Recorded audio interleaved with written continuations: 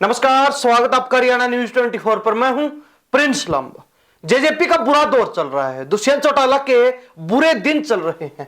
बुरा समय जो हो बताकर नहीं आता और कहीं ना कहीं कुछ ऐसा ही अब दुष्यंत चौटाला के साथ और जेजेपी के साथ देखने को मिल रहा है, जहां गठबंधन टूटने के बाद से लगातार जेजेपी को दुष्यंत चौटाला को झटके पर झटके लग रहे। तो वही वर्तमान स्थिति ऐसी है कि अब दो बड़े और झटके जो है दुष्यंत चौटाला को जेजेपी पार्टी को लग चुके हैं। बिल्कुल यह सबसे बड़ी खबर इस वक्त की हरियाणा प्रदेश की कि जेजेपी के प्रदेश अध्यक्ष निशान सिंह ने दुष्यंत चौटाला को छोड़ दिया है, जेजेपी को छोड़ दिया। तो उसके साथ ही प्रदेश महिला सचिव ममता कटारिया ने भी जेजेपी को छोड़ दिया है। एक ही दिन में दो बड़े झटके लगना कहीं ना कहीं साफ संकेत दे रहा है कि अब जेजेपी में वो दम नहीं बचा। अब जेजेपी में अपने ही नेताओं को वो विश्वास नहीं बचा कि जेजेपी कुछ कमाल कर पाएगी आने वाले समय के अंदर। दुष्यंत चौटाला को झटके पर झटके इसलिए लग रहे हैं, पहले गठबंधन टूटा, सत्ता से बेदखल कर दिया गया, उसके बाद अब जब विपक्ष की भूमिका निभा रहे हैं तो गांव के अंदर दौरे करने के दौरान उनको घुसने नहीं दिया जा रहा है, उनको वापस दौड़ाया जा रहा है, काले झंडे दिखाए जा रहे हैं, मुर्दाबाद के नारे लग रहे हैं, तो साथ ही उनका जबरदस्त तरीके से जो है विरोध किया जा रहा है। लेकिन अब उससे भी काम नहीं चला तो दो बड़े झटके एक साथ जेजेपी को लग गए। प्रदेश अध्यक्ष निशान सिंह और प्रदेश महिला सचिव ममता कटारिया ने एक ही दिन के अंदर जेजेपी को छोड़ दिया है। जेजेपी के माने तो एक तरीके से आस उम्मीद अब लगभग खत्म होती जा रही है, क्योंकि अगर वर्तमान प्रदेश अध्यक्ष पद पर बैठे नेता ने जेजेपी पार्टी को ही छोड़ दिया तो ऐसे में यह अंदाजा लगाया जा सकता है कि जेजेपी के अंदर अपने ही नेताओं के बीच आपस में विश्वास नहीं बचा है। जेजेपी के अंदर वो बॉन्डिंग देखने को नहीं मिल रही, वो अनुशासन नहीं बचा है जो वास्तव में एक राजनीतिक दल के अंदर होना चाहिए, जो कायदा कानून और नियम जो है एक राजनीतिक दल के अंदर होने चाहिए। अब अगर दुष्यंत चौटाला की बात की जाए, निशान सिंह जो प्रदेश अध्यक्ष रहे जेजेपी के और आज उन्होंने पार्टी को छोड़ दिया है, बड़े ही करीबी थे, बेहद करीबी थे और अत्यधिक जो है भरोसा चौटाला परिवार निशान सिंह पर करता रहा है शुरुआत से ही।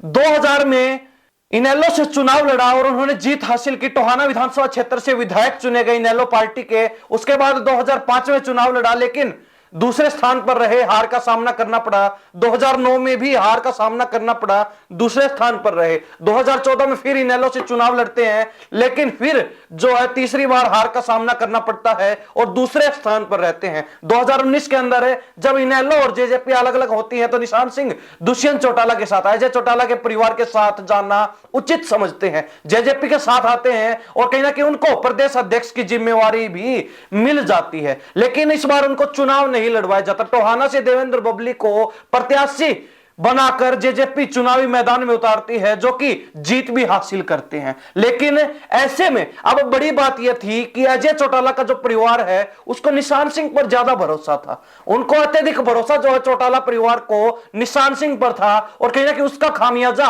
अब चौटाला परिवार, अजय चौटाला का परिवार और जेजेपी पार्टी को उठाना पड़ रहा है क्योंकि निशान सिंह ने पार्टी छोड़ी। इसके तुलना में अगर देखा जाए तो निशान सिंह भी टोहाना से आते हैं और देवेंद्र बबली जो कि जेजेपी के विधायक और पूर्व में मंत्री रहे, पंचायत मंत्री, वो भी टोहाना से हालिया विधायक हैं जेजेपी पार्टी के। तो ऐसे में कहीं ना कहीं दो बड़े नेता जेजेपी के एक ही विधानसभा क्षेत्र से, एक ही सीट से आते हैं। तो निशान सिंह को जेजेपी की तरफ से, अजय चौटाला के परिवार की तरफ से अधिक महत्व दिया गया, अधिक तवज्जो दी गई, अधिक जो है इंपॉर्टेंस मिली और यही कारण रहा कि देवेंद्र बबली की अनदेखी होने के चलते उन्होंने पार्टी के कार्यक्रमों से, जेजेपी से, अजय चौटाला परिवार से, दुष्यंत चौटाला से किनारा कर लिया। वो लगातार जो है पिछले लंबे समय से जेजेपी पार्टी से नाराज चल रहे हैं और ऐसे में यह कहा जा रहा है कि अब जब कई विधायक जेजेपी के बागी हो चुके हैं तो ऐसे में कहीं ना कहीं दुष्यंत चौटाला ना उनका जिक्र कर रहे हैं, ना उनको लेकर कोई बातचीत करते हैं। तो यह अंदाजा लगाया जा सकता है कि अब वो जो बागी विधायक हैं वो दुष्यंत चौटाला के कहने और सुनने से बिल्कुल बाहर हो चुके हैं और उनमें सबसे पहले नंबर पर जो नाम आता है वो टोहाना से ही विधायक जेजेपी के देवेंद्र बबली का आता है, जो कि लंबे समय से मनोहर लाल खट्टर की कहें या फिर बीजेपी हरियाणा के साथ कहें संपर्क में है, टच में है। और यही कारण है कि उनके और दुष्यंत चौटाला के जेजेपी पार्टी के बीच जो खटास थी वो बीजेपी के साथ संपर्क अधिक होने के कारण और भी काफी ज्यादा बढ़ चुकी थी। और ऐसे में अब अगर देखा जाए तो वो खटास जो है बढ़ी ही नहीं बल्कि एक बड़ी दरार, एक बड़ी खाई के रूप में परिवर्तित हो चुकी है। तो ऐसे में यह अंदाजा लगाया जा सकता है कि दुष्यंत चौटाला को अब शायद ही अपने फैसले पर मलाल होने वाला है, क्योंकि जिस प्रकार उन्होंने निशान सिंह को महत्व दिया और कहीं ना कहीं निशान सिंह को महत्व देने के चक्कर में देवेंद्र बबली की अनदेखी हुई तो उससे देवेंद्र बबली खफा हुए। लेकिन जिस व्यक्ति को इंपॉर्टेंस दी गई अब उस व्यक्ति ने भी जेजेपी का साथ छोड़ दिया है, दुष्यंत चौटाला का साथ छोड़ दिया है, भरोसा तोड़ दिया है। तो कहीं ना कहीं दुष्यंत चौटाला को अब अपने उस फैसले पर, जहां उन्होंने यह फैसला किया कि निशान सिंह को अधिक महत्व दिया जाएगा मुकाबले में देवेंद्र बबली की बजाय निशान सिंह को जो है अधिक इंपॉर्टेंस देंगे। लेकिन अब उस फैसले पर दुष्यंत चौटाला को शायद ही रिग्रेट जरूर होने वाला है, मलाल जरूर होने वाला है कि शायद अगर उस दिन ये फैसला ना करते तो कहीं ना कहीं एक बड़ा चेहरा और एक जो है मजबूत नेता जेजेपी के अंदर दुष्यंत चौटाला के साथ मजबूती से दिखाई देता खड़ा हुआ।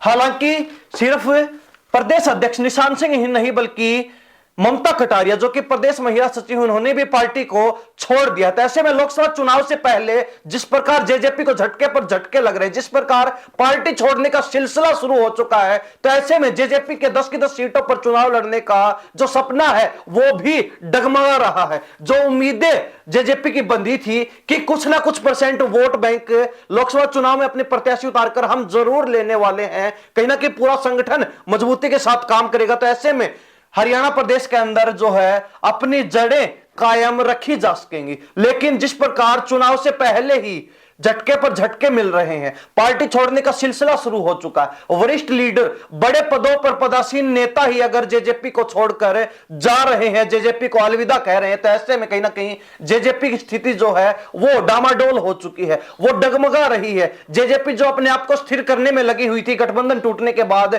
क्योंकि सत्ता हाथ से जा चुकी थी, एक विपक्ष की भूमिका में आ चुके थे, लेकिन विपक्ष की भूमिका में आने के बाद भी जेजेपी की और दुष्यंत चौटाला की मुश्किलें कम नहीं हो रही हैं। पहले जनता का, किसानों के भारी रोष का सामना करना पड़ा, जहां भी वो कार्यक्रम करने के लिए पहुंच रहे हैं वहीं उनको जो है जनता के और किसानों के गुस्से का शिकार होना पड़ रहा है, किसानों के, जनता के नाराजगी के हत्थे चढ़ रहे हैं। तो ऐसे में कहीं ना कहीं अब एक और बड़ी मुसीबत है, पार्टी छोड़ने वालों का जो सिलसिला लग चुका है, जो लाइन लग चुकी है वो सामने खड़ी हो चुकी है। दुष्यंत चौटाला की बात की जाए तो उन्होंने जो है 10 की 10 लोकसभा सीटों में चुनाव लड़ने की बात जरूर कही थी, लेकिन अब उस बात पर शायद ही पुनः विचार करने पर मजबूर होना पड़ेगा। लेकिन बड़ी बात यह भी है कि प्रदेश अध्यक्ष ने अगर पार्टी छोड़ दी तो ऐसे में कहीं ना कहीं जेजेपी के जो कार्यकर्ता हैं, जो संगठन के लोग हैं, उनका भी जो मनोबल है वो डाउन जरूर होगा, जो मनोबल है वो भी गिरने वाला है। और कहीं ना कहीं दुष्यंत चौटाला जो मजबूती से और बड़े बड़े दावे करके अपनी पार्टी में, अपने संगठन में, अपने कार्यकर्ताओं में, नेताओं में जोश भरने का काम कर रहे थे, कहीं ना कहीं अब वो जोश जो है फीका फीका नजर आने लगा है। दुष्यंत चौटाला जिस मजबूती की बात करते थे, कहीं ना कहीं वो मजबूती अब कहीं दिखाई नहीं दे रही है, बल्कि जेजेपी एक कमजोर कड़ी के रूप में ही प्रदेश की जनता को नजर आ रही है। लेकिन देखने वाली बात यह भी रहेगी कि प्रदेश अध्यक्ष ने पार्टी छोड़ दी है, तो ऐसे में अब प्रदेश अध्यक्ष कौन बनने वाला है, किसको प्रदेश अध्यक्ष की जिम्मेवारी मिलने वाली है। तो साथ ही प्रदेश महिला सचिव ने भी पद छोड़ दिया है, पार्टी को त्याग दिया है, तो ऐसे में वो जिम्मेवारी किसको मिलेगी, यह भी एक बड़ा सवाल है। तो साथ ही क्या वास्तव में ही अब दुष्यंत चौटाला इन मुश्किलों से घिर चुके हैं, कई बड़ी मुश्किलात ने उनको चारों तरफ से घेर लिया है, क्या उस घेरे से, उस मुश्किलों भरे चक्रव्यूह से निकल पाएंगे, उस चक्रव्यूह को भेद पाएंगे, या फिर कहीं ना कहीं